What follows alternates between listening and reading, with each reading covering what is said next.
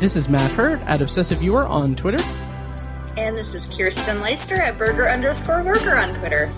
And this is ObsessiveViewer.com's The Obsessive Viewer Podcast.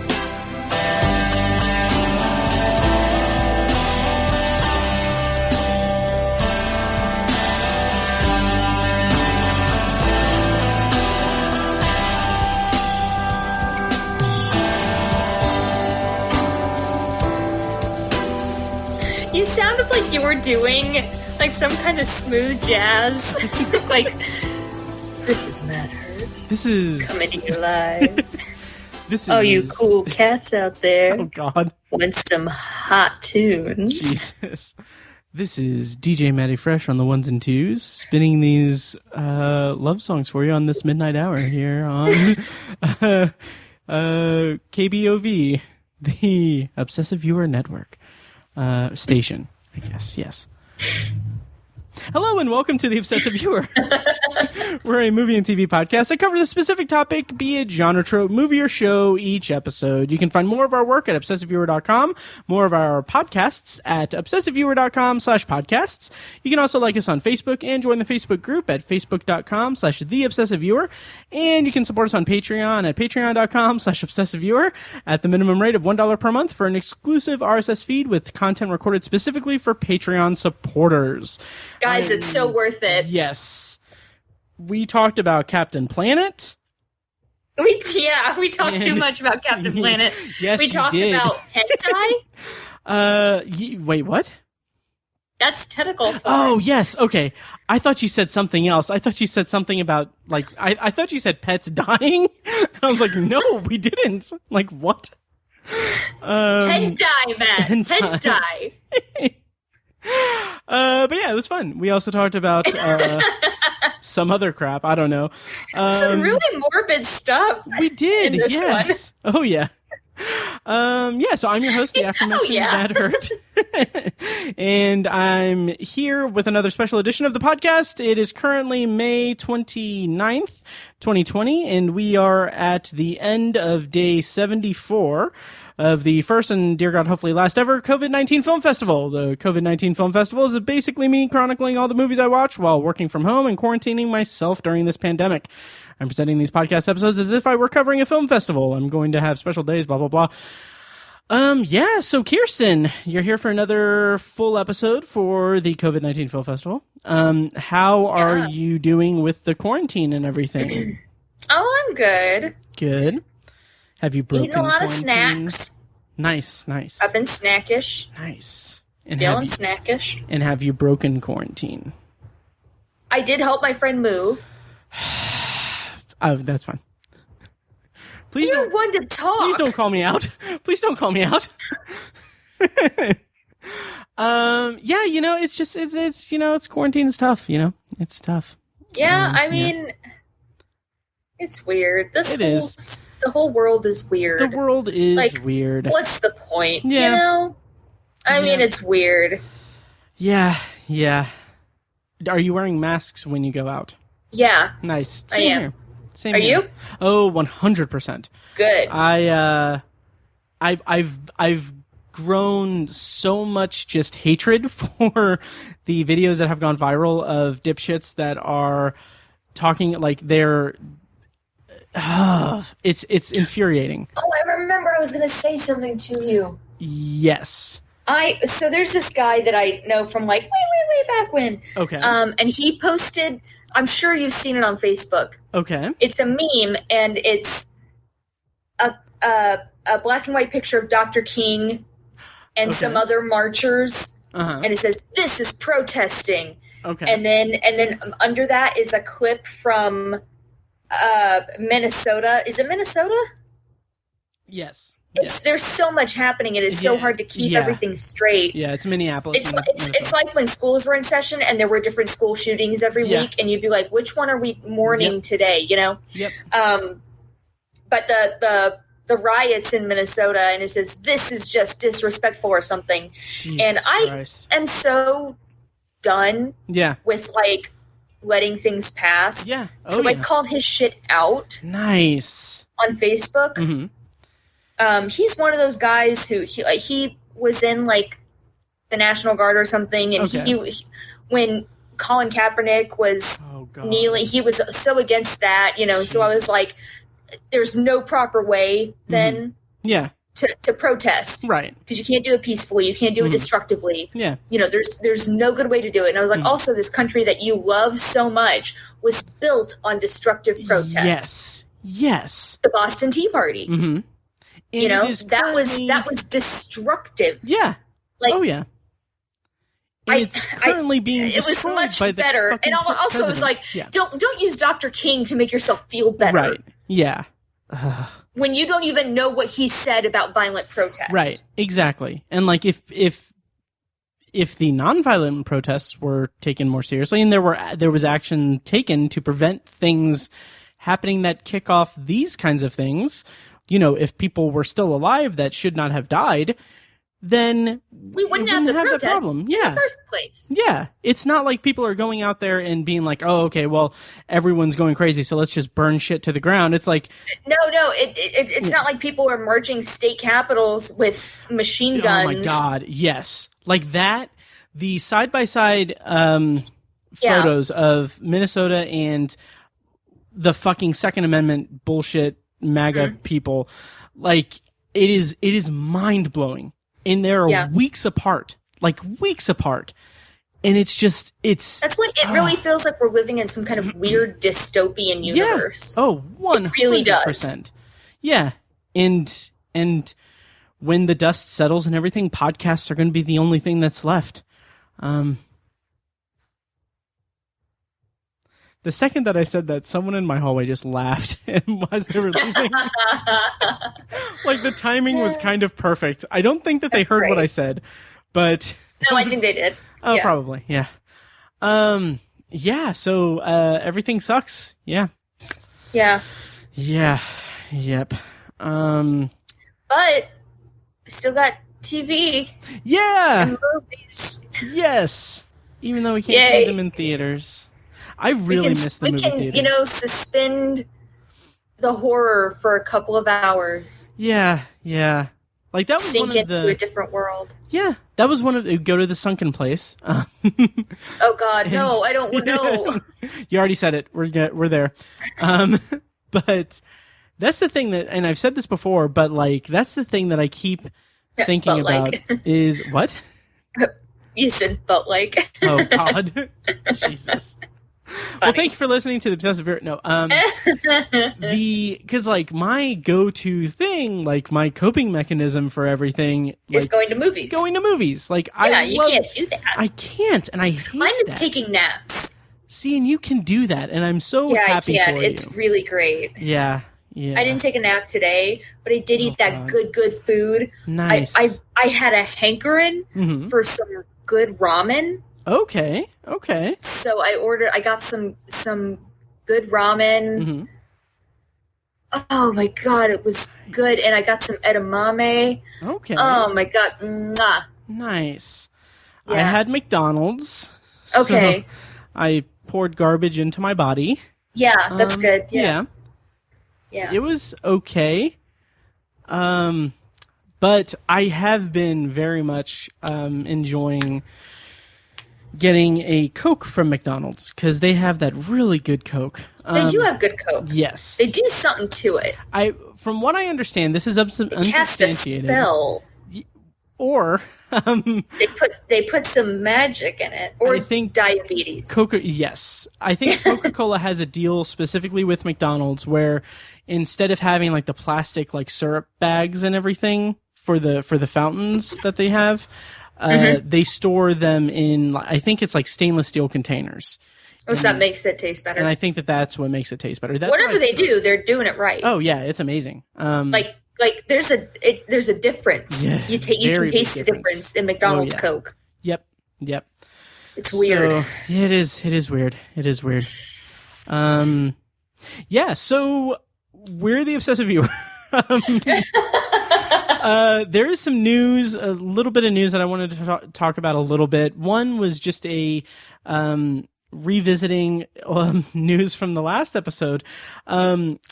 Amazon Prime had their South by Southwest showcase thing with a bunch of movies that were going to be at South by Southwest, but since South by Southwest got canceled because of coronavirus, they just put like 30 movies or something up on Amazon Prime. Most of them shorts, but I think 11 feature films. I was so excited about it. I was like, I'm going to watch so many of them. I'm going to review them on the website. I'm going to do an episode all about the stuff that I watched. Did not watch a single one. Because stress and everything. So that thing happened. Why even bring it up then? Because it would have been weird because in the last episode I was so adamant about how I was going to watch a bunch of them and everything. So yeah. Also, Heartland Film Festival just announced their Indie Shorts Festival in the end of July. So be on the lookout for that. Yeah, that's exciting. Now you sound like an old 1940s radio personality. My immediate thought was to say was to go into a noir detective radio drama. No, not that. You sound like someone who's reading Superman, Meanwhile, at Heartland Film Festival.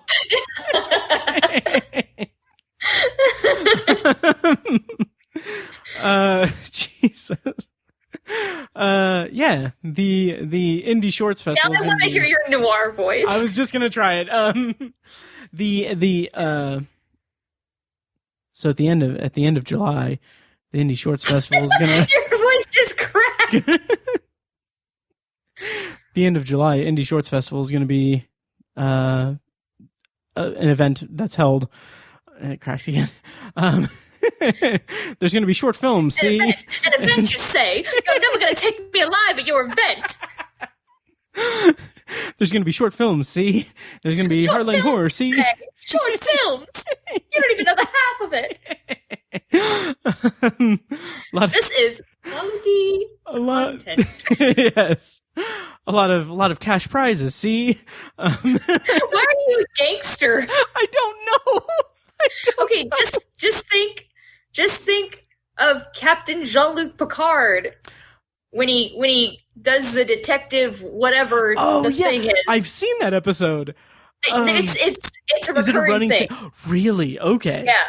Data gets all into it. One time Data is awesome. A bad guy. One time Data is everybody. There's a Western one. Jesus. And there's some kind of virus or something. Okay. And the bad guy walks in and it's Data. And he's like, and wow. pew, pew, pew, and then there's always a barmaid, and she's like, oh, you saved me, and it's Data.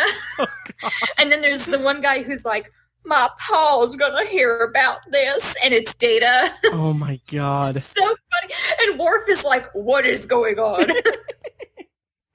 Jesus Christ. It's good. I need to get back into The Next Generation. Honestly, Star Trek is one of my favorite shows. I agree. Next Generation. The original series is one of my favorites. And I've loved what I've seen of The Next Generation. And Deep Space Nine is great, too. Nice. Did you end up finishing Deep Space Nine? No, I put it on pause to watch Community. Nice. And that's a good segue. You finished season 5 of Community.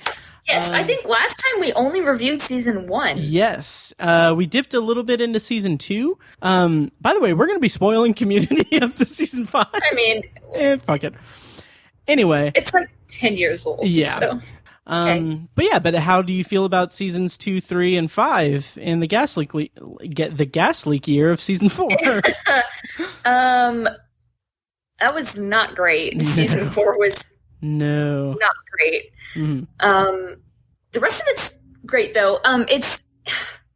It is so hard to watch it now without Troy. I know. And that episode is so it's still great. Good. It's still good. Yeah. But every now and then they reference him. I just watched the one with Annie's brother. Yeah. Which, first of all, that was hilarious. Yeah, so what was wrong with that guy? I like how they never explained what was wrong with him. Yeah. Story about him, though, the actor that plays him. So Dan Harmon, I've been on record as not being a fan of Dan Harmon as a person, but so there was a documentary that also kind of stuck in my craw a little bit. That pizza. I know, a little pizza roll. Hi, honey. Hi, little what baby. If she just fucking bites you? Just no, she would never bite me on. She would on mic. Anyway, so there was a documentary about Dan Harmon called Harmontown. He does or did this live show, weekly maybe, called Harmontown, where he would do like D&D campaigns and stuff. I think he would do like one as Ice-T, like do an impression of Ice-T. Okay. Yeah. So anyway, on one of them, something like this kid was like called up onto the stage, and it was him, that guy that played Annie's brother, and he ended up becoming more more integral to the Harmontown show and everything. So this documentary. So that guy wasn't an actor? Right, exactly. So that's pretty cool. Yeah, and so this Harmontown documentary is about Dan Harmon, and then it's one of those documentaries that it shifts focus to this guy who is just kind of thrust into being like a fan favorite of this live show called Harmontown. And the thing, like, that's a charming kind of story and everything, and it's cool that he got involved in community and everything, and it was cool. But the thing that kept like bugging me about the Harmontown documentary is that it goes into depth about Dan Harmon being just this aggressively just asshole person to everyone in his life and everything, and just how it's like he would say like, yeah, like it's infuriating because it's like he's aware that he has problems, and like everyone has their problems. Like, I understand that, but it's like he has the self-awareness to recognize them as like poor behavior toward people in his life. And I mean, he's a TV showrunner. Like, he has the means to like seek therapy and stuff, and like he doesn't. And like you have other people in the documentary doing like their talking heads where it's like, you know, Dan Harmon is just this tortured genius, and it's like, okay, he's brilliant as a writer, but call an asshole. Like, it's not that like. I will say this. Yes. The only appropriate Ice-T impression is John Mulaney's Ice-T impression. Okay. I will agree, but I will say that a very, very close second is comedian Paul F. Tompkins on Comedy Bang Bang, the podcast. In the kind of early days of the podcast, he would do bits where he came on the show as Ice-T, but each time he was on the show, he would be Ice-T pitching a new like venture, like a new like business or something. So like he goes into this whole thing. It's like, yeah, I just figured that my name's Ice-T, so I might mix like iced tea with lemonade and see like sell a lot of stuff there. And it's like, no, that's an Arnold Palmer, like, you know, whatever. But the best one, the absolute best one was he was like, yeah, you know that show, that MTV show, Cribs? I'm gonna do the same kind of thing, only instead of that, it's gonna be like a demolition show where like I'm just gonna break down this. It's like a rebuilding show. I'm gonna break down someone's crib and then build it back up into a new like renovated thing. And it's gonna be,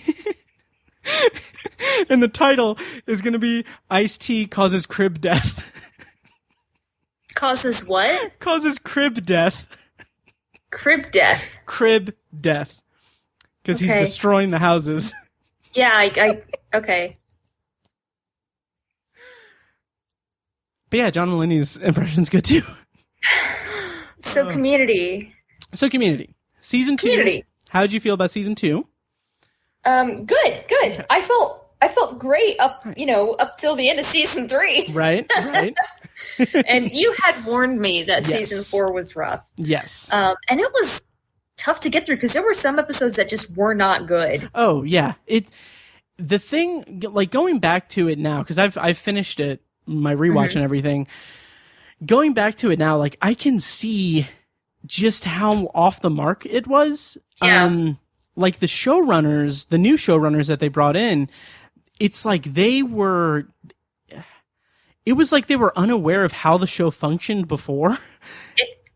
It's not even just that it, like, the writing wasn't as good, so the jokes weren't as funny. Right. It felt like a bit of a different show. Yeah, absolutely. Absolutely. Like the whole episode where Jeff meets his dad and goes to his dad's, like, it's like they were trying to get to, and I understand where they're coming from, I think, where they're going to have, where they were having, like, characters as characters interact, like dive into some of their character stuff.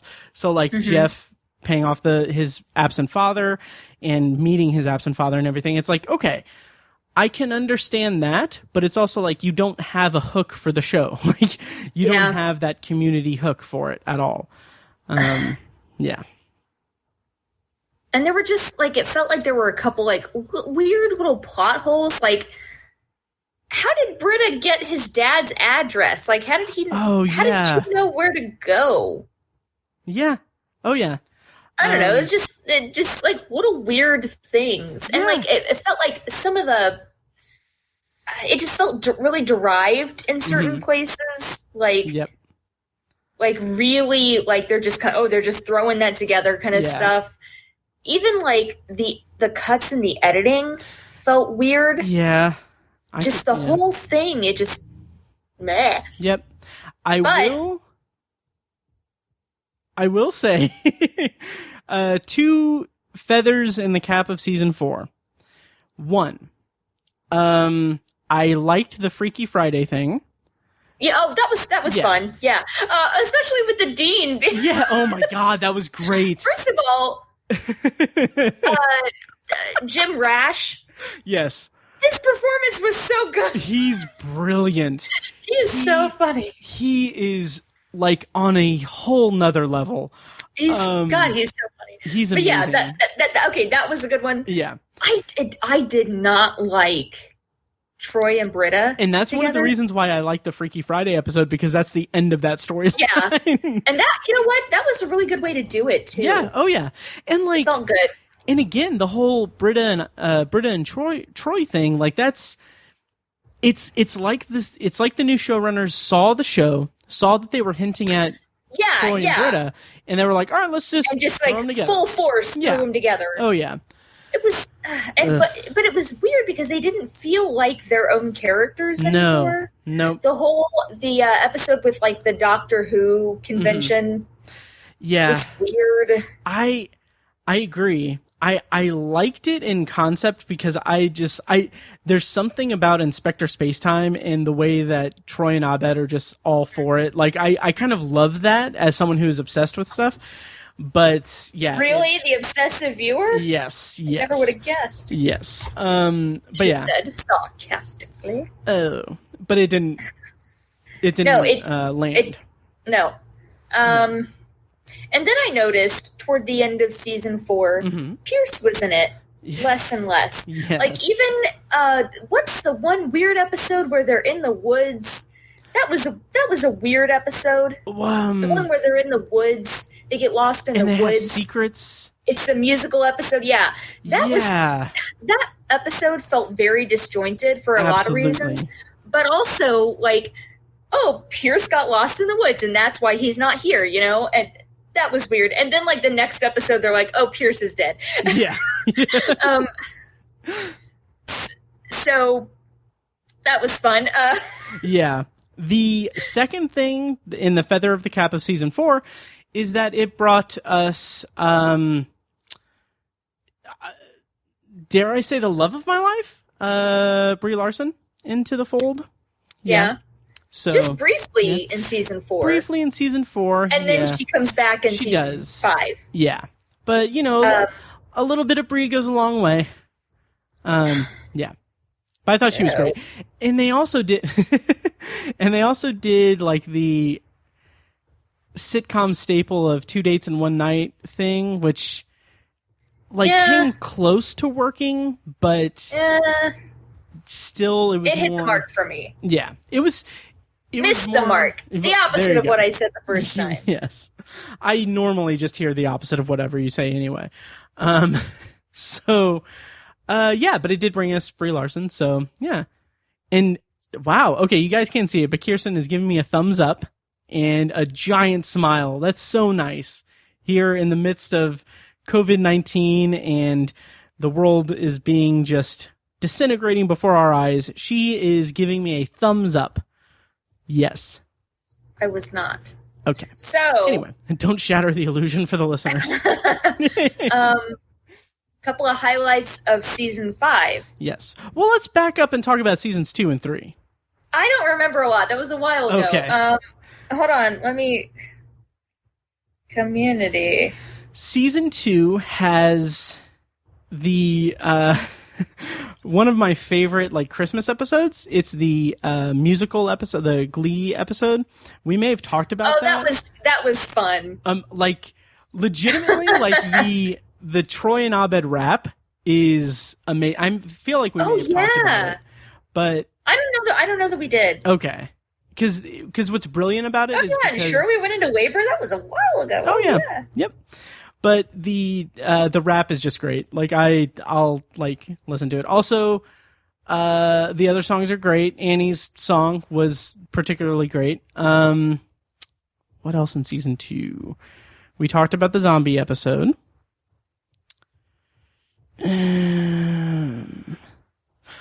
The clip show episode.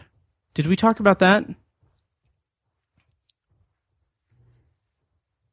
Where they had clips?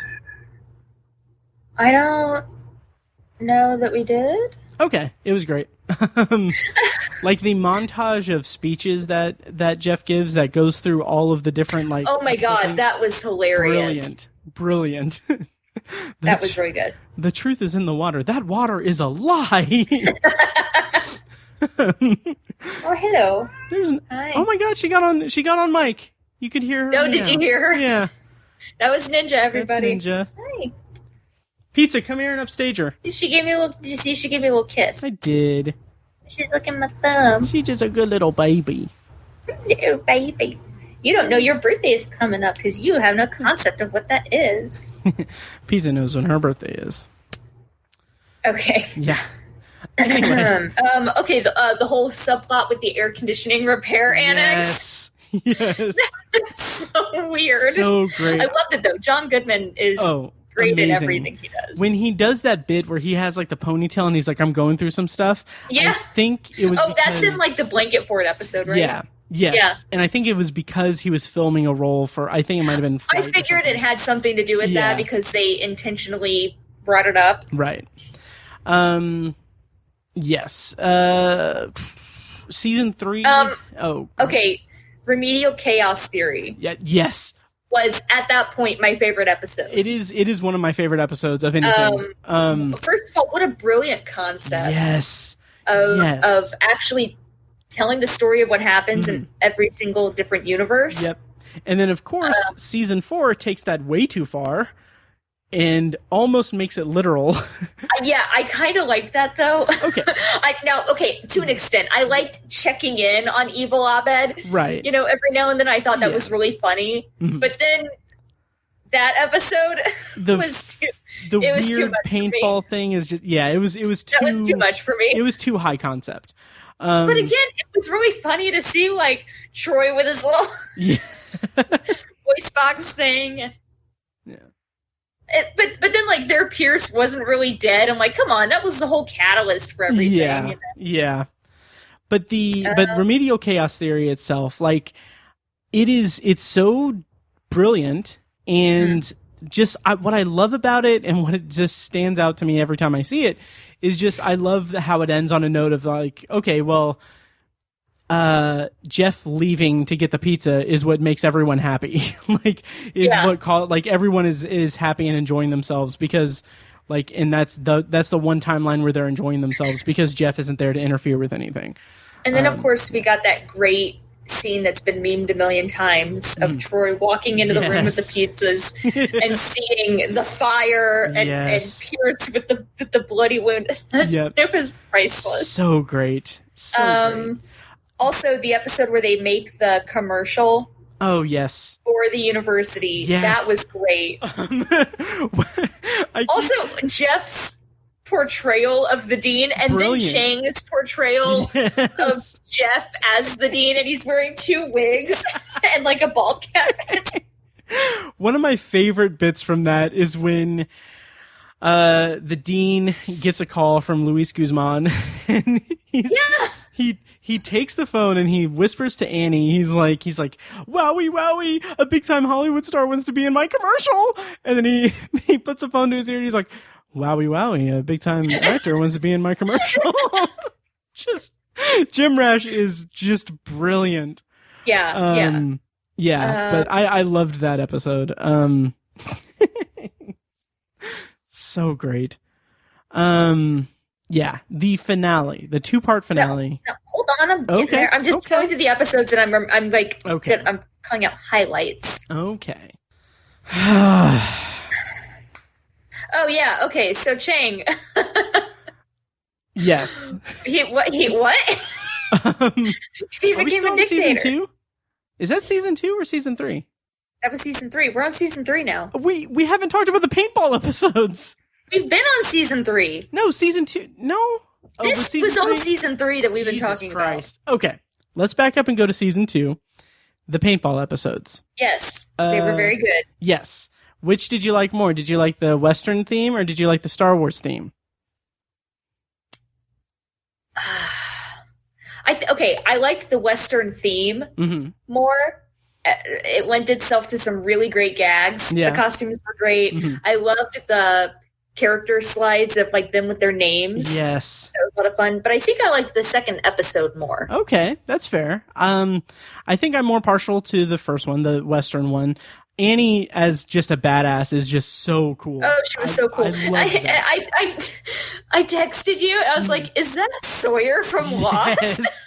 And I love it. Like Josh Holloway in it is just great, and they pay nice homage to Lost because they have him give Annie a nickname, and he says something like, "Why don't you lower your guns?" Yeah, like bean allergy is what he calls her. Freckles. Yeah, Freckles. He didn't. Did he take off his shirt? Oh, maybe. I don't know. But I loved Jeff's insecurity and him just like being so like adamant that he's not as attractive as everyone makes him out to be. I loved it, and also just it deals with like it has like some good like character stuff with the group. Like they were voting Pierce out of the group and everything, and it's just I love the mystery surrounding that. Yeah, good stuff. So season 3, let's get back to season 3. Season 3. Yeah, Chang's descent into madness. Yes. How did you feel about that? I thought it was fun. Okay, fair. Chang is so weird. Yes. It was too much, obviously, but I was with it. Okay, fair. We were on season 3. So, yeah. Oh, season 3 was the Glee Christmas episode. That's when I went to season 3. Oh, sure. Sure. So anyway, that Chang was I feel like after season 2, really after season 1, they just didn't know what to do with Chang. I agree. Yeah, and they. It would have been easy to just like kind of write him out. Yeah, but I think he was so funny that they had to keep him on in some capacity. 100%. So one of my favorite episodes from season 3 was the Law and Order episode. Oh my god! Yes. Oh, that was the potato one, right? Yeah, the yam. Yam. The yam. Oh my god, that was good. Yes. So this episode aired April 26, 2012, 8 years ago, and I just now understood the title of the episode. The title of the episode is Basic Lupine Urology, and the reference to that is because Law & Order was created by Dick Wolf, and so Lupine, Dick, Urology, or no, Lupine, Wolf, Urology, Dick Wolf. It took me 8 years to catch that reference. So yeah, loved it. I love the thing with Fat Neil, like going through, like he's at the desk and he's going through all the paperwork and stuff. He's like, yeah, I remember them signing in or whatever. Yeah. I remember something like that. I thought about that. That's like the classic bit. It is. So yeah, good. I remember that. Yeah. Yeah, that rings a bell. So good. It shakes a tambourine. Yep. I love it, and I love that season because although we don't get to see a lot of him, it has Michael K. Williams as their biology teacher. Their teacher. Yes. The guest teacher of the season. Yes. And I love him because he was on The Wire and Boardwalk Empire. Just huge fan of him. And the I think it's the season finale. There's such a just delicious line that's a reference to The Wire, where he is talking. He's in the dean's office and they're talking, and he says something, and then he says, you know, a man's got to have a code. And that's a very classic line that Omar Little, the character he played on The Wire, said. And I love that. That's a delicious line. It is. Oh yeah. Well, I love it because then yum. Yes. Savory. Oh yes. I love it because right after look at that, my fingers. Yes. I want seconds. Well, they do say it again in the episode. But I love it because after he says it, it just shoots to the dean, and he's like, "Awesome!" I love it. But yeah, that was a good season. I love that. How did you feel about the untimely passing of one Starburns? I kind of knew the whole time he wasn't going to be dead. Right. It's just, well, first I was like, why are they writing him out of the show? He's right. You know, a recurring character. Yeah. It's like, well, maybe the actor was working on something else. He, you know, is actually not to actually you, but he was one of the producers. Actually, he was a producer on the show as well, and he has his own production company called Starburns Productions or whatever. He does. Wait, are those his real? Is that? I don't think so. I think that he. Okay. Yeah. So it's named after the character. I think it's named after the character. I think. All right. Yeah. So season 3. Any other stuff? The whole thing with them getting expelled. It's fine. It was interesting. It was definitely a setup. Yeah. It also felt a little disjointed because in the midst of that, we get like that episode where they help Pierce get his inheritance and stuff, like the video game episode. Yeah. And that felt like just really out of place in the order of the episodes. Yeah. But there's a part where they're being like they're seeing the school board people, and they're trying to plead their case or whatever, and there's just this throwaway line when they're like, oh, we got to go to somewhere the school board is like, oh, I'm hungry, let's go to this restaurant or whatever, and then one of them says like, all right, Autobots, get up and roll out or whatever. Those two guys are so funny. Yeah. It's like, transform and roll out. I'm like, that's just like, it's such a throwaway thing. And I'm like, that's so weird. But and there's one part in season 5 when one of the guys is like, he's going to try to knock down the door. And the other guy's like, whoa. Are you sure about this? And he's like, it's okay. I've been drinking. Yes. Those guys are so weird. They are. Was that? Yeah. We're jumping ahead a little bit, but Christ. the superpower thing. Yeah. I'm going to do something and you guys have to promise never to talk about it again. Right. And then I love the fake commercial. Yes. It's like, penny for your thoughts. It's so great. And then all the other what was BJ Novak was Mr. Egypt. Yeah. What was the woman in the wheelchair? Intensive Karen. But then she crosses her legs. Oh my god. Are you thinking what I'm thinking? So good. So great. Am I thinking what you're thinking?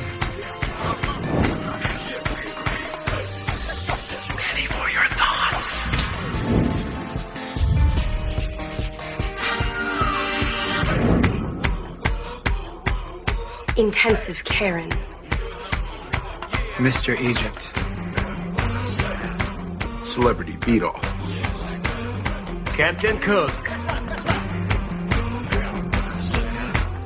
Depends on what fails. So great. So good.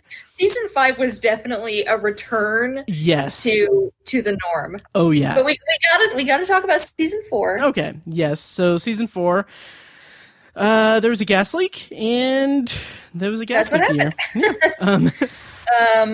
Yeah. The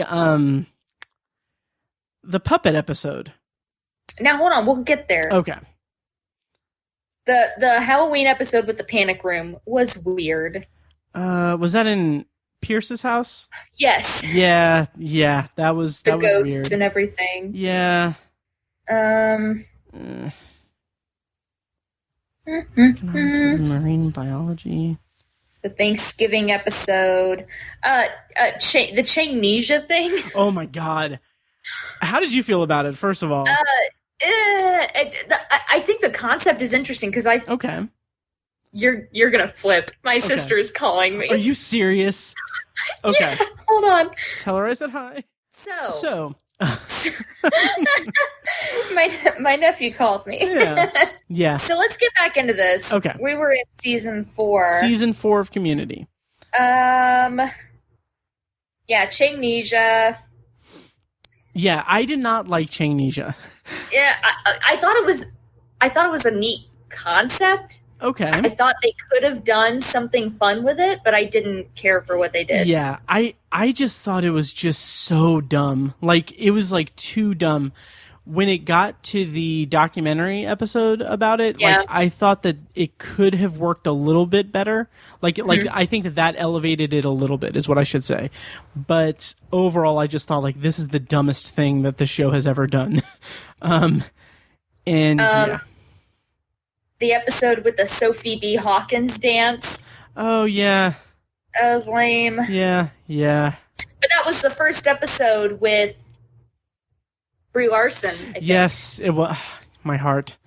Okay, and then the balloon ride episode where they crash in the mountains with the puppets. Yeah. What the fuck was that? It was like they were trying to do the classic high concept. They were trying to do like a meta episode. Yeah, but and they totally did not work. Like, it didn't connect at all. No, just oh god, I really, I didn't remember much about it from when I saw it like several years ago. And then rewatching it this time, like, it's been a few weeks since I've rewatched it, and I still don't remember much of that season because it's utterly forgettable. Yeah, it's just so unmemorable. Yeah. And then the body switching episode was pretty good. Yeah. Oh yeah. Mainly because of Danny Pudi and Donald Glover's performances. Absolutely, and Jim Rash. Like, oh my god. And also Alison Brie, like, the way that she gets like so like confused at how attracted she is to the dean when he's being Jeff. Like, it's like, I loved that. I really loved that. And then they had Jeff graduate at the end of that season. Yeah, they did, didn't they? Yeah, which I don't know. Now, obviously, he's still in the show, right? But I kind of, at the end of season 4, I was kind of like, well, where do you go from here? Mm-hmm. That's kind of how I felt. Right. They did kind of write it into a corner. I did like what they did with season 5, like bringing him back in as a teacher. I thought that was really cool. Thank God. So, can we go to season 5? We're in season 5. Okay. I don't know. Off the top of my head, I cannot think of a single TV series that has had such a significant bounce back in quality as season 5 of Community. Immediately. Right off the bat. It was immediate. Incredible. Yeah. Just so like it was like it never left. It was like it never had that gas leak year. And just the concept of having Jeff as a teacher and like exploring that world, like, they didn't hit it too hard, but like when they did, it was pretty cool. I do like that they formed the Save Greendale Committee to still keep the group together, because now, I mean, Jeff can't be part of the study group. Right. So I like how that's how they're keeping the group together. Yeah. The episode with the ass crack bandit. Oh my god. One of my favorites. Crap. So good. Only the bandit knows. A-S-S-C-R-A-C-K bandit. A-S-S-C-R-A-C-K, can't stand it. That song. It's a bop. Yeah. Oh yeah. It's a banger. It is. And did you know? Like, I'm not too familiar with the music, but Ben Folds, and he released the full song. Like, you can listen to it on YouTube, and like I've listened to it several times. Like, it is a banger. Like, yeah. It quote unquote slaps, as the kids say. It does slap. Yes. Oh my god, that was a great episode, and I love the open ending. Yes, me too. At the end, like, it could have been anyone. Yeah. And I love the way that it completely changes the atmosphere of Greendale. Like, it is filmed like a David Fincher, Seven or Zodiac or what have you. It's so dark and grimy, and it's raining all the time. It's so brilliant. And they had Troy, oh my god! As the victim. Troy in that wheelchair? That was perfect. He was in a wheelchair. Yes. And when he slaps Starburns. Oh my god. Oh, it's so great. That was good. So great. And I love that it is expanding something that is just so, like, a random throwaway line in season 2 in the politics episode. From the election. Yeah. Where Annie's like, I will find the ass crack bandit. And that's all we had. And then season 5, it's like, oh, he's back. And they built a whole episode out of it. That was great. So great. And then the episode after that is cooperative polygraphy. Yes, which is the episode that they did the table read for. I watched that. It was very entertaining. I haven't watched it yet. I don't know why. No, I'm shocked. I don't know why. But yeah, I've heard it's great. It was great. Yeah. So they did the table read, and then they did a Q&A after. Okay. I watched the podcast that they did after all of that, which is that was a joy to watch. And I loved, and because in the table read, they say that iconic line, Troy and Abed are in mourning. Yes. And seeing them say it together. I think someone looped that and put it on YouTube in like one of those, like, Troy and Abed are in mourning for like an hour, just playing it over and over again. I love it. That's so white noise great. I can fall asleep to. Oh yes. And rest in peace, Pierce. Whatever. Yeah, whatever. I thought he was funny. Like, he kind of gave them someone to hate together. Yeah. But it just got really tired. You know. Yeah, absolutely. They definitely wanted to write him out. Yeah. So. Here's a canister of my sperm. Oh my god. So in the table read, they couldn't get the guy who actually plays that role. Walton Goggins, I have to say, Walton Goggins is amazing. Just blanket statement. He was on The Shield. What a weird name, though. It is, but I don't care. He's an incredible performer. Like, he was. What I'll say is that he played like the counterpoint to the anti-hero in The Shield. And so his performance throughout 7 seasons of The Shield is like unbelievable. Like, his performance in the last season in particular is like some of the best acting I've seen in a TV series ever. So, yeah. Anyway. Well, they got Pedro Pascal to read it, and he could not get through the first canister of sperm line. I've seen clips of that, and it is a delight. I mean, it took him maybe like 8 tries. That is so great. To get through it. And then every time another canister of sperm came up, he laughed again. It was really entertaining. Great. And that is a great actor to get for that. Like is he... I mean, he's great. His delivery was so straight the entire time. Nice. And then he got to the canister of sperm, and he just he just broke. It was really endearing. Yeah, nice. I saw a bunch of tweets that were saying that if they do get the movie, which God, I hope that they do. I hope that they get to make a movie. It's getting a lot of buzz now that it's on Netflix, and then they have the table read. Yeah, I think it's going to happen. They actually talked about potential plot points. Oh God, that is so awesome. Which it sounds good. So I don't know how Community ends right now because I'm only in season 5. Right. But I know that Troy's on a boat somewhere, and apparently he doesn't come back. Right. And he's like lost out in sea. I love it. So that they were speculating that maybe the movie could be Abed has to go find Troy. God, and that would be that's great. the plot of the movie. That he somehow senses that Troy needs him. And so he has to go out on a journey into the world to save his best friend. I love it. Bring it on. Yeah. I'm just blown away by the idea that this show started in 2009. And here it is 11 years later, and we have the possibility of getting a Community movie. And what is mind-blowing to me is that in 2010, they had this line as a gag in an episode saying 6 seasons in a movie. And the idea that 11 years later or 11 years later, it's a possibility that they I'm just blown away by that. Yeah. So the next episode we have is Geothermal Escapism, which is my favorite episode so far. Nice. It is very high up there for me. When rewatching it, I was almost in tears. I was damn near in tears. Now, okay, so I'm sad that Troy left. Mm-hmm. Donald Glover made a joke in the table read. Okay. He was like, Chevy and I, we made a pact that if Pierce ever left the show, Troy was out too. Oh my God, that's awesome. That is great. But okay, the whole thing with Pierce leaving him the boat and the money, if he, that was really touching, actually. Yeah. Oh, yeah. That he has the heart of a hero, and Troy is actually going to sit out with LeVar Burton.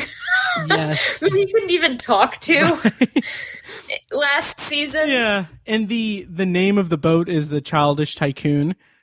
Yeah. Which I thought was great. So someone was knocking, I think, on my neighbor's door. Oh, okay.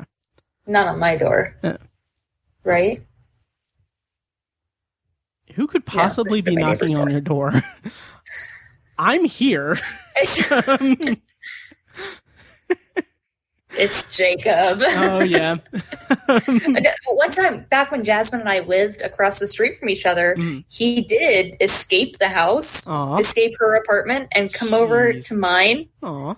And Jasmine didn't realize it. She was taking the trash out, and she came back, and Jacob was gone. Jeez. And she called me, and she was like, "You gotta help me find Jacob." And I was putting on pants, and I opened the door, and Jacob is like, "Kiki," and I was like, "Mother, mother." Aw. So hi, Pizza. Hi, Kyrsten. Here's Ninja. Oh, God, she looks so peaceful. What a cute little cinnamon roll. Hey, Pizza, you got to say something for the microphone. Don't let Ninja upstage you. Say something. She's not saying anything. Come on, say something and I'll actually feed you. Whoa. What? Nothing. I feed her when she's good. So anyway, Geothermal Escapism. Yes. It was a really good episode. The concept was great. Huh? The concept was great. Yeah. Yeah. And then also it was really emotional. Yes. Even down to, I'd forgotten that they played a cover version of Come Sail Away. And, that broke me. And I love that because there's a throwaway line in season 1 where, it's the episode where they're seeing that Abed is making films about them that seems to be predicting the future, and Troy is crying, and he's like, "Did I hear Come Sail Away by Styx again?" And then they play that in his send off moment, and I'm like, that is so brilliant. It was a really good episode. Yes, all of his goodbyes were just tore at my heart. Yeah. And we should talk a little bit about Jonathan Banks, who plays Buzz Hickey in season 5. Oh my gosh. He is great. He's great. He's amazing. I love Hickey. Me too. Way more than Pierce. Oh, yeah. I kept thinking that the whole time. Hickey is a much better Pierce than Pierce ever was. Exactly. It's interesting. Yeah. He's not racist. Right? And he's not I love that he mentions a couple times that he has a gay son. Right. That he's totally cool with. It's this other kid that he doesn't like. Right. He's so great. He's so great. He's not like the evil villain of the group or anything like that. He fits in really well. He is in the Floor is Lava episode. He has sweet Zamboni thing. Yes, that was so and he comes great. in with those, he looks like a steampunk villain. Yes. He's got those goggles and everything. That was cool. That was great. I love the moment in that, the end of that, sequence where Troy is talking to Britta. He's like, this is real for Abed. And he admits, he's like, I no one understands him. I barely understood him. Yeah. And now I'm going that just tears me apart. Yeah. God, so good. So good. So that's your favorite episode so far? Yeah, it is. Okay. My favorite episode is a few episodes after that. Huh? I said I didn't ask. Oh, great. Well, thank you for listening to The Obsessive Hero. Is app development and condiments. Okay, what is that, though? The Meow Meow Beans episode. Where the... okay, we'll get there. Yes, okay. It was very good. We'll get there. Yes. The cafeteria, okay. Abed and Hickey. Mm-hmm. Uh-huh.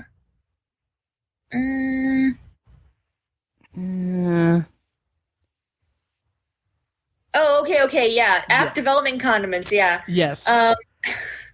I remembered you tweeting that because it's just such a memorable thing, the Meow Meow Beans. Yes. So when I got to that episode, I remembered you tweeting about that. And I was like, Matt really liked this episode. It was very good. I loved it. I love it because it does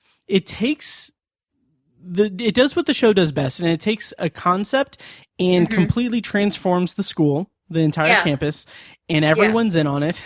But what I love about it also is that it transforms it into this 70s dystopian science fiction kind of landscape. And it feels very like Logan's Run. Yes. And that is so in my wheelhouse. And I love it. And even down to the goofy, fake stand-up routine that Jeff does. It's so great. He really wanted to be a 5. Yeah. I love just the whole thing with them and the 5s. They have their little sanctuary. Oh my god! So great. Britta was a 2? I think so. Yeah. Britta. Yeah. Also, we got the recurrence of the Kugler. Kugler. Oh yeah. I love him. It's just when he has back? No, I don't think so. That was his second appearance. His first appearance was in the college episode with the kids, I think. The college episode? Yeah, fuck you. Can you be more vague than that, Matt? I think it was no, it wasn't I don't know what episode it was, but he was in an episode where maybe that was his first one. Yeah, maybe that was his first one. Anyway, the ending, that was his first one. The post-credit scene or the credit scene is his trailer for his movie. Oh, yeah. I loved that. And I was like, I want this to be a real movie. And it's just, I don't know. It's just like the TV shows. Yeah. Oh, yeah. Intensive Karen. Intensive Karen. That one killed me. That was so great. When she crossed her legs, I burst out laughing. Yes. Oh God! There's no need for that wheelchair. It's just like when Troy was in a wheelchair, right? Oh my gosh! But app development and condiments, one of my favorite episodes. That's your favorite episode? It is in my top 16 episodes. Oh shit! Yeah. Yeah. And then the one where they play that weird VCR game to find out if Brie Larson or Annie's brother is going to be their new roommate. Yes. It turns out neither of them want to move in with them. Yeah. Oh my god! I love that because it has Vince Gilligan, who created Breaking Bad. He's playing the guy in the VCR game. That whole bit with him and his at wife. The end, so great. We can finally go to California. We can try cocaine. Yeah. Remember we talked about trying cocaine? Yeah. I think we should buy some. He's like, and he's so uninvested. What kind of company? Apple products? What kind of company gives away stocks? So great. So great. I love it. That was a good one. Yeah. Okay. And then the return to D&D. Yes. How did you feel about that? How did I feel about it? Yeah. Did you like the episode? Oh, wait. I want to go back to the last episode for a minute. Okay. When Dean Pelton dresses up like a payday to come in and tell them that episode? That no paychecks, and he does that weird rap, and he loses himself into it. That is one of my favorite moments of oh my anything. God, that was brilliant. I rewound it. I watched that a couple times. I've watched it so many times. It was so good. And he freaks out, and he's like, I don't know where that came from. And he just runs away. I want to try to do it from memory, and I'm probably going to cut this out. So do it. Okay.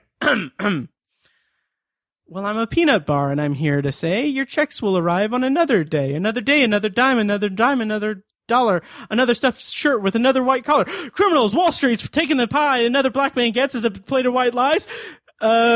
Shit. Prisons are colluding. Strong. I know.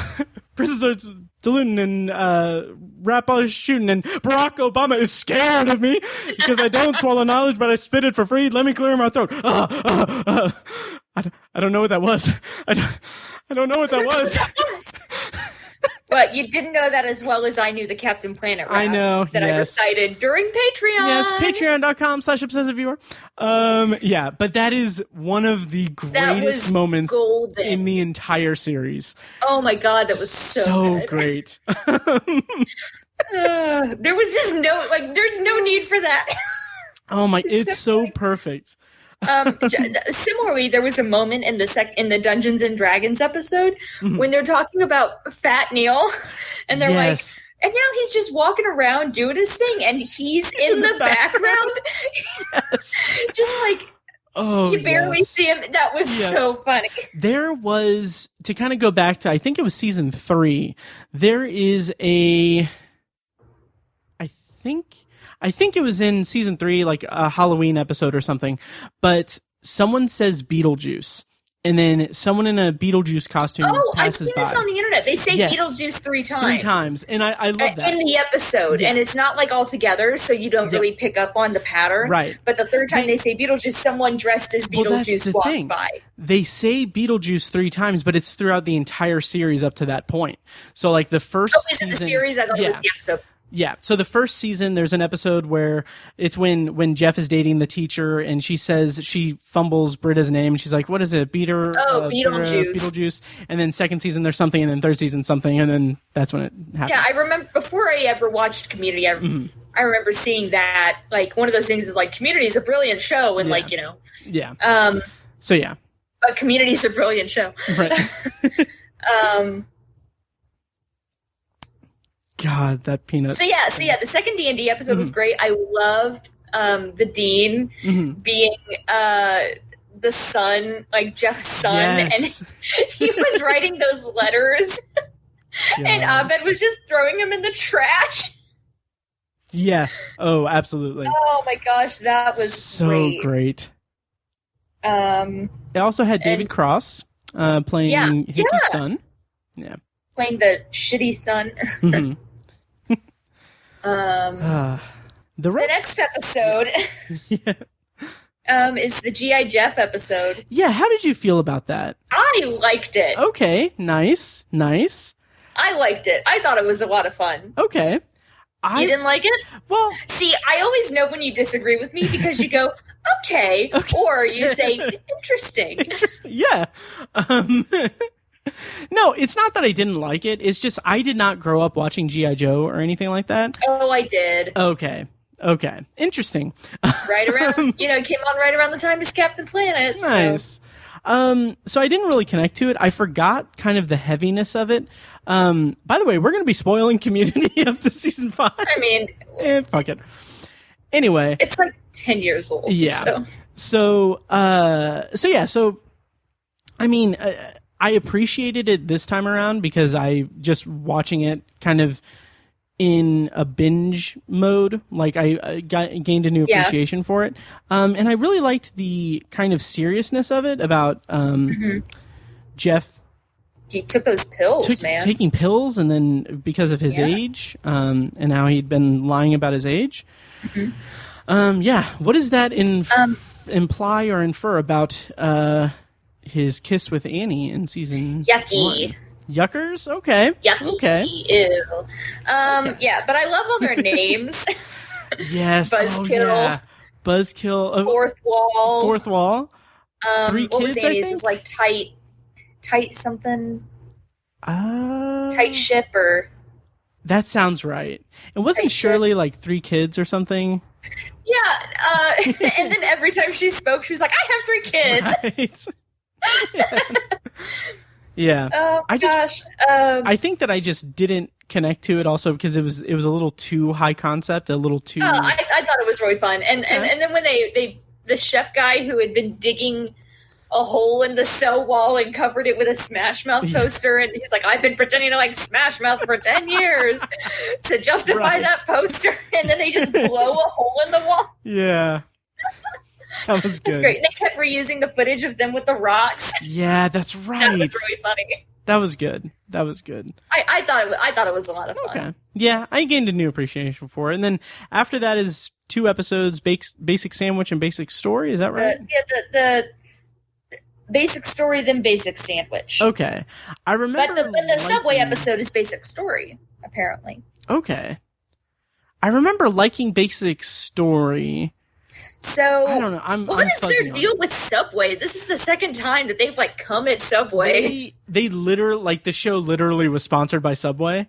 Was it? Yeah, so that was like planned product integration. So instead of doing just Jared Fogle was in the episode. I forgot about that until I saw it. It was only for like a second. He's like signing an autograph. Yeah. But like, ooh. Yeah, that did not age well. Yeah, not great. No. Not great.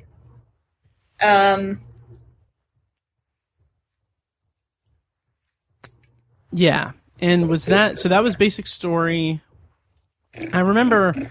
I want to say and then they go to find the dean, or the original, the first, the guy who built the school or whatever. Yeah.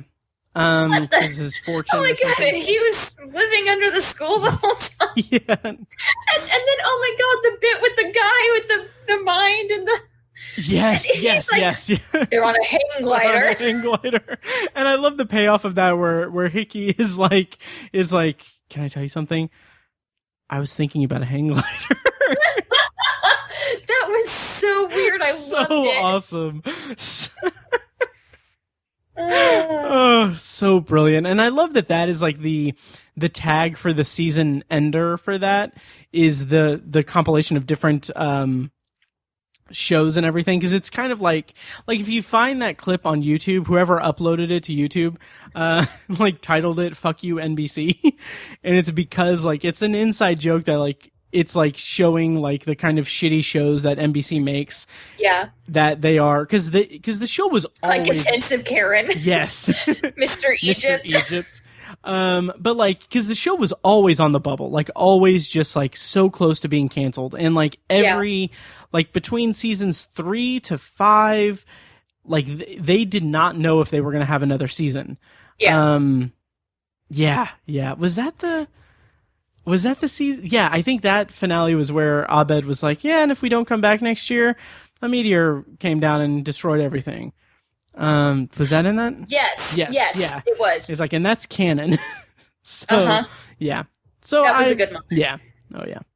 But yeah, good wrap up to season 5. Yep. Very enjoyable. Yes. I can't wait to wrap it up. Mm. Season 6. Season 6, do you know about what happened between seasons 5 and 6? And do you want me to tell you? Go ahead and tell me. I don't know. Okay. Go ahead and tell me. Okay, it's not anything plot or anything, but basically what happened was that NBC did cancel it. And then... Oh, wait, yeah. Didn't it get picked up by, like, Hulu or something? By Yahoo Screen. Yahoo. Yeah. And they were starting this streaming service called Yahoo Screen. They brought on Community. They brought something. That's why they were talking about how they bankrupt Yahoo. Yeah. In the table read. Yeah. Because Yahoo Screen does not exist anymore. They were like, yeah, we brought it down. Yeah.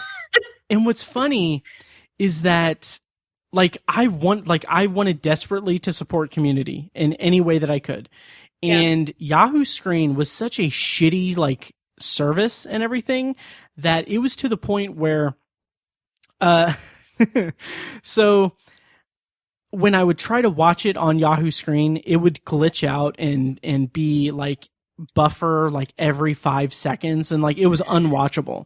So what I would do was I would download the episodes illegally and watch them on my PlayStation. Right. But what I would do, and this is so me, I would have my laptop open with Yahoo Screen and I would just be playing the episodes over and over again so that it would count toward their stats.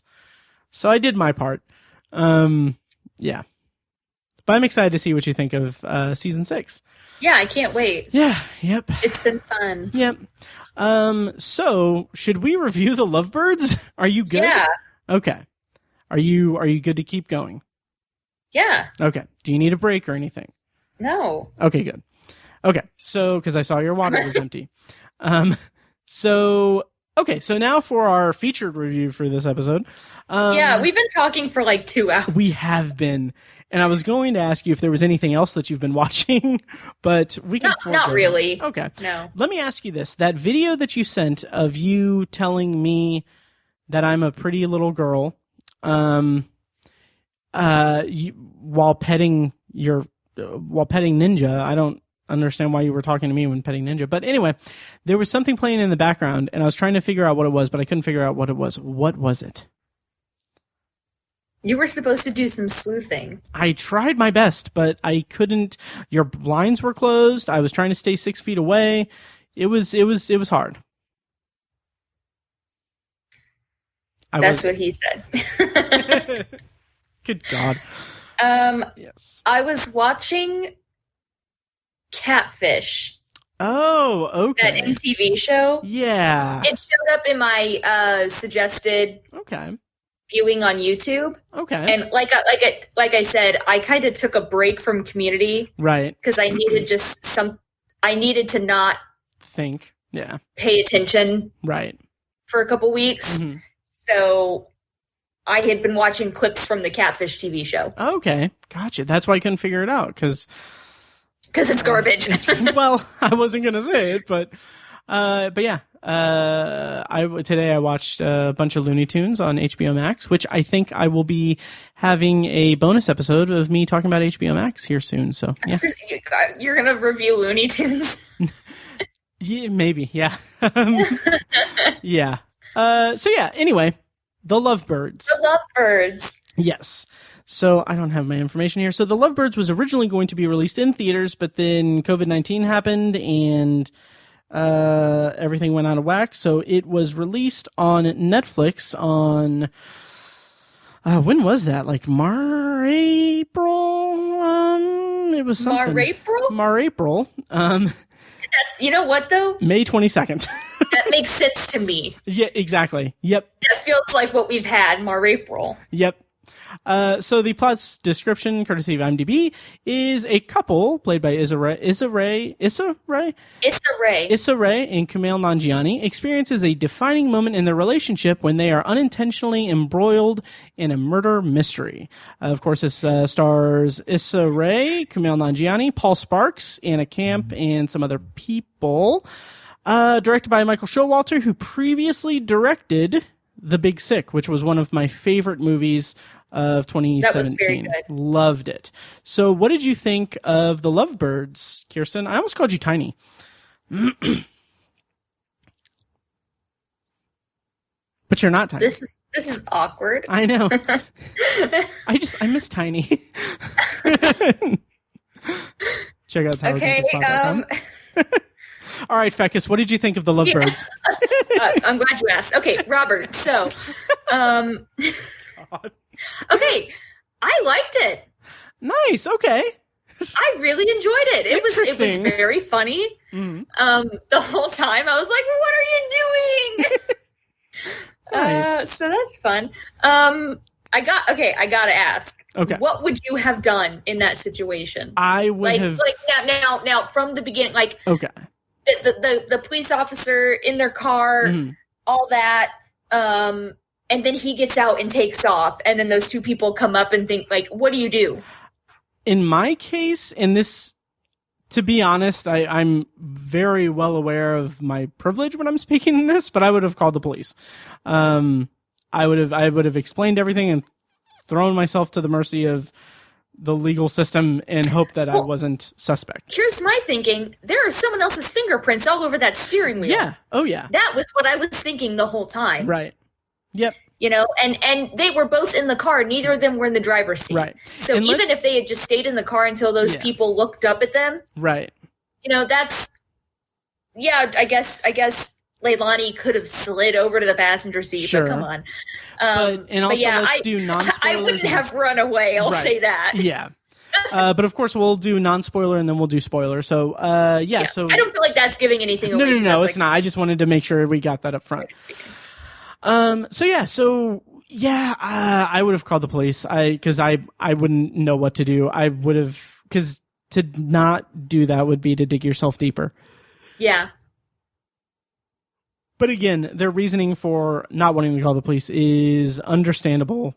Understandable to the fullest extent. So, So how'd you feel about the comedy and the pairing of Issa Rae and Kumail Nanjiani? Oh my God, they were so funny together. Nice. They really were. Mm-hmm. I liked them together a lot, and I liked some of the bits, but some of it just didn't have that same... it didn't hit as hard as, say... him and Ray Romano and whoever played the mother in The Big Sick. That was one of your favorite movies. I know. I can't remember her name. I keep wanting to say Helen Hunt, but that's obviously not true or not accurate. But anyway, So maybe I'm biased because I wanted it to be as good as The Big Sick and as heartfelt, which it's a very different kind of movie. Extremely different. Yeah. Holly Hunter was the name. But yeah. His face when the guy was running over bicycle. Yeah. Oh my God, that was so funny though. Yeah, it was, and I think that's what I wasn't necessarily expecting was more. I wasn't expecting it to be so so. I don't want to say slapstick, but so kind of broad humor kind of thing. I did really like the kind of the relationship aspect of it with the two of them. I thought that their relationship was really good. Mm-hmm. I like that it jumps, we see their first date and then it jumps 4 years later. Yeah. And it communicates enough about it. Oh my God, they had such a good time, mm-hmm. and they were so sweet. They were so enamored with each other. Yeah. And then cut to 4 years later. Right. And they can't stand each other. Yeah. I was like, wow, that's real shit. Yeah. Yep. Yeah. It really is. But yeah, anyway, so that was good.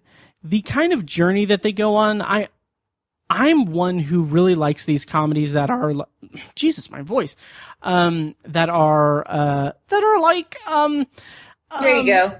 One night movies where all of the action takes place over one night. Okay, please stop. Why? You're really fucking annoying.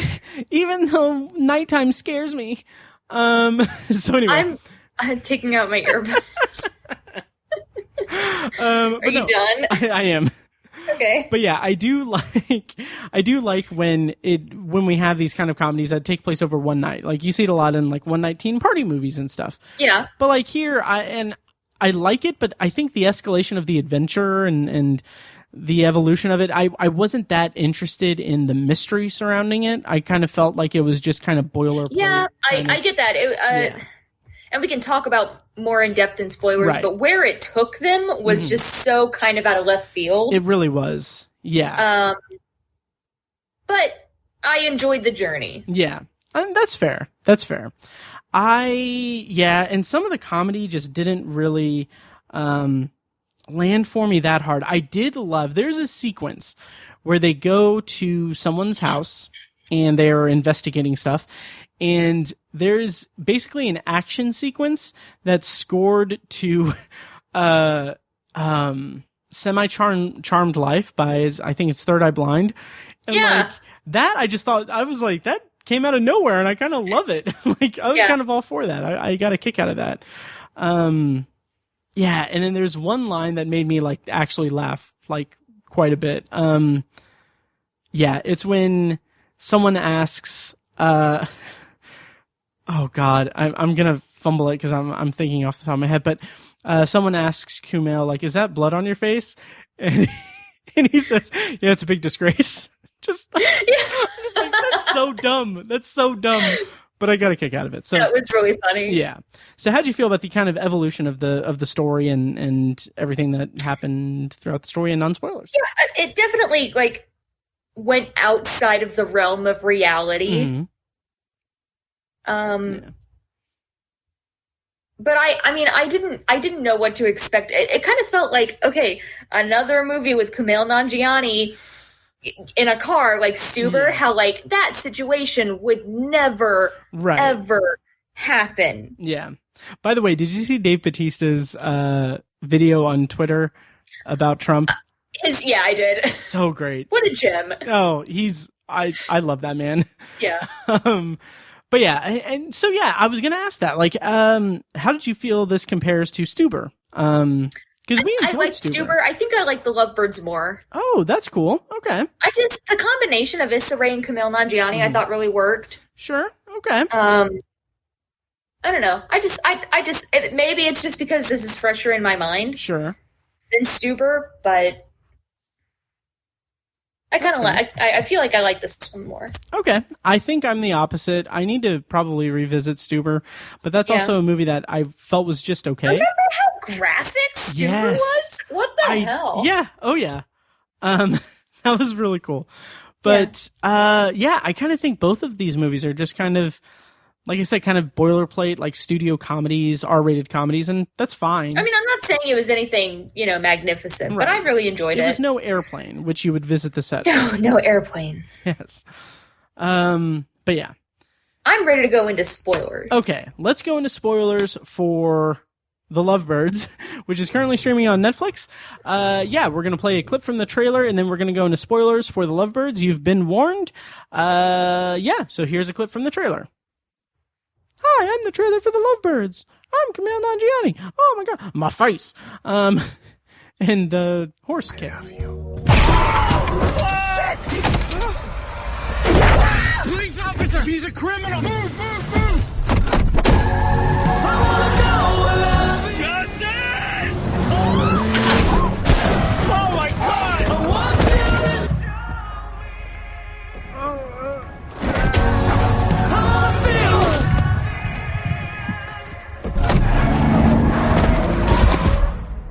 I don't think he's a cop. He's fucking dead! We know he's dead, but we didn't kill him. He to report a murder or whatever. We didn't murder anybody! 1, 2, 3, go! No. Jabron! Okay, the guy's name is Jabron. Run, Leilani! And the girl's name's actually Leilani. She's running too now. Kind of slow, like she's wearing heels that look actually amazing. And spoilers on for The Lovebirds. Okay, the whole thing with the sex cult... Yes. I didn't need that. It could have just been blackmailing and I would have been fine with that. It felt like the movie took us to one place and then it felt like a series of stops. Yes. And then it was following this one line of logic, and then it took us to like the most random place it could take us, and then tried to kind of fit it in together. And I just was not interested in the mystery around it at all. I was less interested in the mystery, but I was still concerned for them. Yeah. I mean, I felt like so stressed out for them that by the time they got taken into custody, I felt relief. Mm-hmm. Because I was like, even if they go to jail, at least it's over, Yes. Do you mind? Are you on your phone? No, I had to respond to something. I had to respond. It's time sensitive. So, Yes, I did feel that relief too. It kind of reminded me a little bit on a very smaller scale of the ending, I guess spoiler alert for Get Out, but the ending of Get Out. Like, you expect this thing to happen when the police are involved, and it just completely undercuts that. And I thought that was a good way to kind of diffuse some of the tension and bring us into kind of the final thing. Yeah. The whole they just brought them in for questioning. Yeah. That was I thought that was a really fun twist. That they didn't even like. They're like, there's cameras all around there. Right. Like, there's like, we have traffic footage. Yeah, like, traffic cams. Yeah. I will say, I was not expecting Mustache to be a cop. That's interesting. Cool. I bought it. I knew it from the get-go. See, I'm usually pretty good at guessing the ending. You like are. The twist ending. Yeah. I think I was thrown off by, because thinking like, if he was a cop, he would have flashed his badge in the beginning. That's how I knew from the get-go that he wasn't a cop. Yeah. Before he ran over a bicycle, it's like, oh, that guy's definitely not a cop. Yeah. Turns out he was a cop. And I knew he was going to come back. Yeah. But I wasn't expecting, like, him to be a cop and also, like, be the guy driving them home. Right. It felt like, and that I had some issues with, but, like, it felt like this whole plot line. Do you mind? Are you on your phone? I'm looking at the cast, you motherfucker. Hey, we are a family podcast here. Motherfucker! So, the kind of revelation that he's a cop and everything, that just felt like it was kind of part and parcel with this type of movie. It felt like it was just retreading. It feels so obvious in hindsight. Yeah. But I just didn't consider it watching it. I am smarter than you. Shut up, no. But it felt like also, a retread I know that the whole twist with like the sex cult was weird and like way out of left field. Mm-hmm. But I loved Anna Camp as Edie. That was great. The whole thing with the bacon grease. Yes. Don't piss on my back and tell me it's raining. I love how that recurs throughout the movie. I also love how like the whole like them being on the same page thing. That's a recurring theme. Like the first time. Yeah. Leilani runs away. Yes. And Giovanni has to chase after her, and then the second time, it's because they have weapons, and she runs. And again, they think they're on the same page. Yeah, and then obviously the ending, they're on the same page. Like it's sweet. And then it turns out they go on The Amazing Race. See that I thought was okay. I'm like, now when they're screaming at first, I thought they were going to be like making a movie about what happened to them. Too. I thought that was when we see the cameras, but then they were on The Amazing Race. Yeah, and I thought that was pretty funny because they were talking about The Amazing Race in the beginning. And like, I didn't need that. And like the kind of the end joke that they end on is that, oh, there's horses and Kumail Nanjiani can't see horses or whatever. He can't. Yeah, that was a little meh. That was weak. I was kind of hoping, and maybe this is the rom-com fanatic in me speaking this, but I was hoping that it would be like this elaborate thing where like he proposes to her or something, and that's the end. Like, I thought that would have been sweet. But let's back up. I did like when the cops were watching them when they were in the interrogation room, and they were like, oh, I don't think they should break up. Yeah, they're a cute couple. That was cute. I was like, they're the audience watching the movie. Right. That was cute. Yeah, it was. I love the like little moments, like when she is talking to her friend at the party and he's cracking into the phone with Keith, the IT guy. And Keith is like, she talks about you all the time. She's always bragging about you. So sweet. Yeah. And then when they're in the interrogation room and she's like, that weekend when you went away for Ben's bachelorette party, and I was like, oh my God, is she going to say that she cheated on him or something? Yeah. And she's like, I watched your documentary and it was really good. Yeah. I was like, oh. That was sweet. Yeah. Yeah. So I did like the kind of relationship dynamic and everything. And I bought. Well, and like the whole reason they're having like all these problems, like she's building up their relationship against the relationship of her friends, and it turns out that it's false comparisons. Exactly, it's not. Yeah. Oh yeah. Which also that feels real. That feels like a real thing. Well, especially like I think about like people like posting on Facebook, and it's like, oh, your life looks so wonderful, but they're only posting on the good days. Yeah. You know? Oh yeah. Totally agree. And so I like that. I appreciate it for that, but I think going back to the whole mystery thing, I felt like it was like too much of a riff on like Pineapple Express, which I think did it much better than this movie did.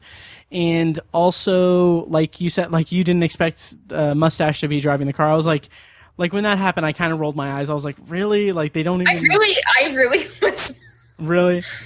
Yeah, I didn't know. I will say that I love that actor just as an actor.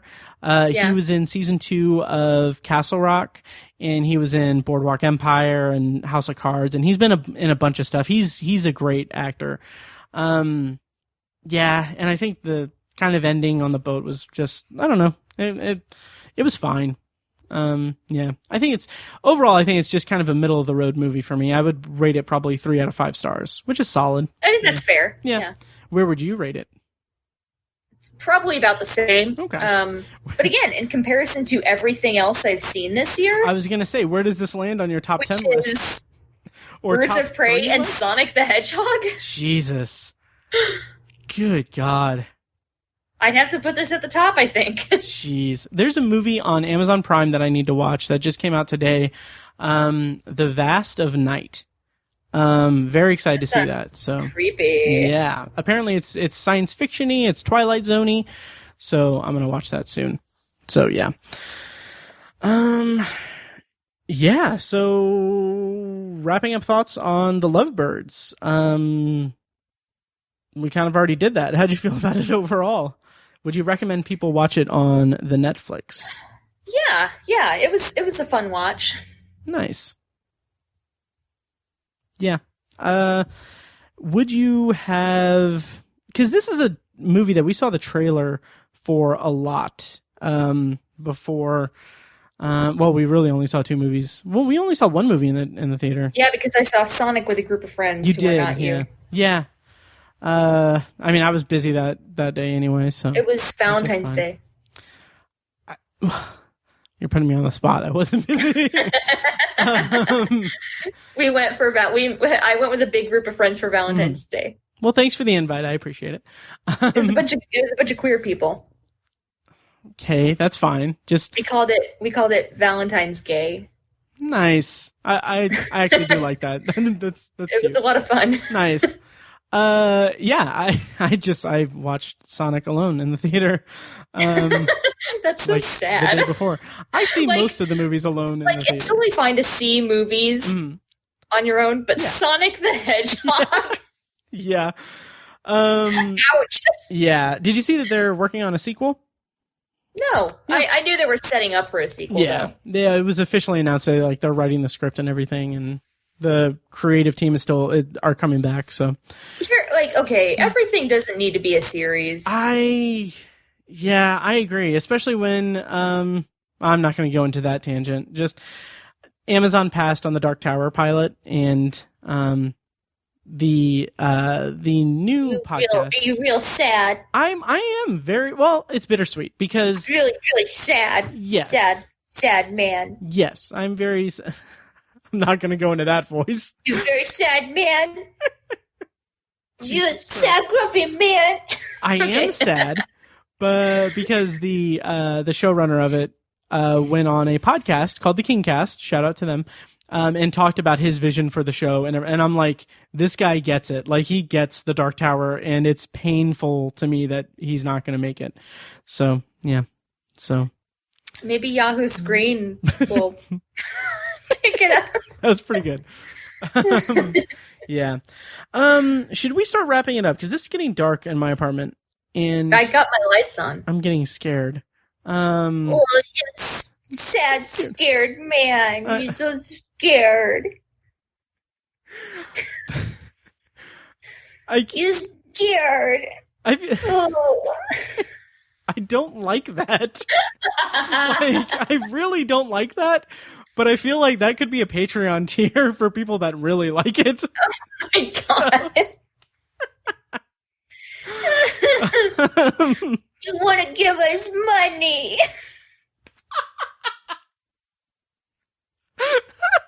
Give us all your money. Please stop. Okay. Even Ninja's like, oh God, what the fuck is happening? Aw, that poor cat. Yeah. Pizza's you the same. just want some treats. Can you see pizza? You want some treats. Can you see pizza? Like, barely. Oh, okay. Oh, no, I said, I gotta get going because I said treats and now she has jumped up and... Aw. I gotta get going too because I told Pizza that I could feed her. She wants her treats. Nice. You want your treats? You want treats? Oh my gosh. You're so cute. Aw. Okay. Thank you. Not you. Shut up. I'm not talking I know I've to grown you. my hair out a little bit. I did shave.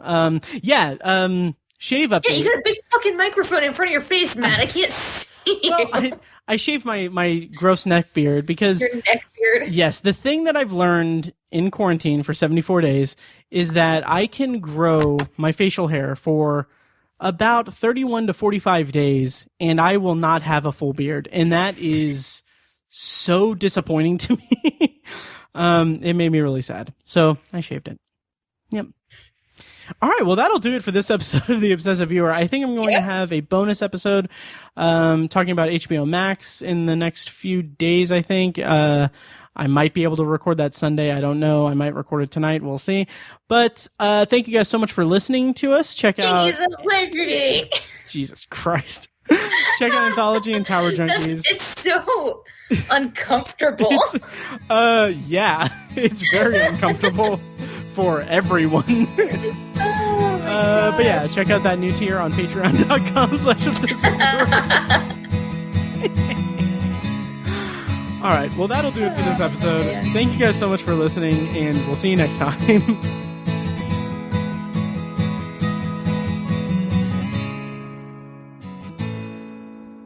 And now, here's a short clip from our Patreon exclusive RSS feed. To hear the full clip and more exclusive Patreon content, go to patreon.com/obsessiveviewer and become a patron at the minimum rate of $1 per month.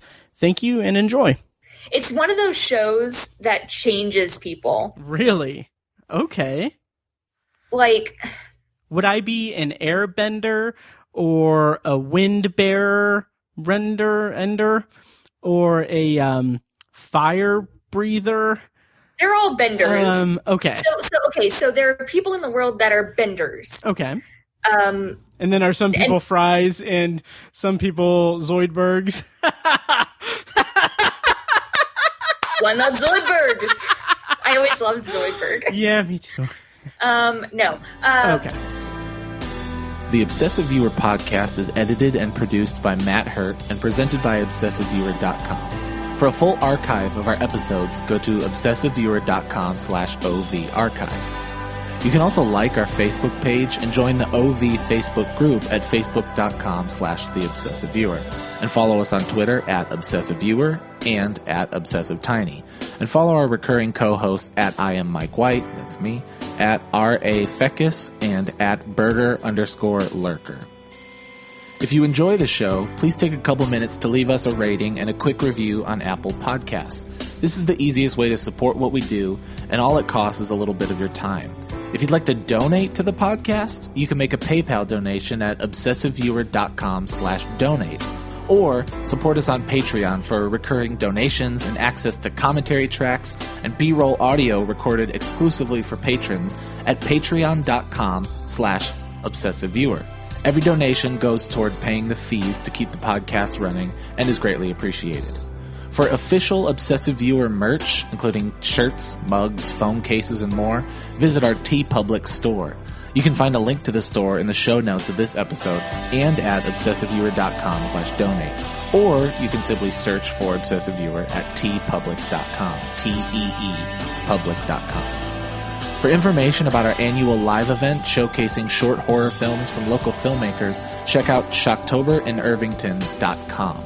And for an archive of all our events, as well as news about potential future events, head over to obsessiveviewer.com/live. For more podcast content, you can find Anthology, Matt's solo podcast covering The Twilight Zone, and other classic and contemporary science fiction anthology TV shows at anthologypod.com and on Twitter at OVAnthologyPod. You can also find Tower Junkies, a podcast where Matt and Tiny share their love of all things Stephen King and his magnum opus, the Dark Tower series, at towerjunkiespod.com and at towerjunkiespod on Twitter. And finally, check out The Secular Perspective, Tiny's side project podcast, which tackles current events and life's big questions from the perspective of secular hosts Chad and Amanda at thesecularperspective.com. The theme music for The Obsessive Viewer comes courtesy of the band Loudlike from their EP Mistakes We Must Make. Additional bumper music is provided courtesy of As Good As It Gets, which can be found at facebook.com/asgoodasitgetsband. Thank you so much for listening, and we'll see you next time. Kitty!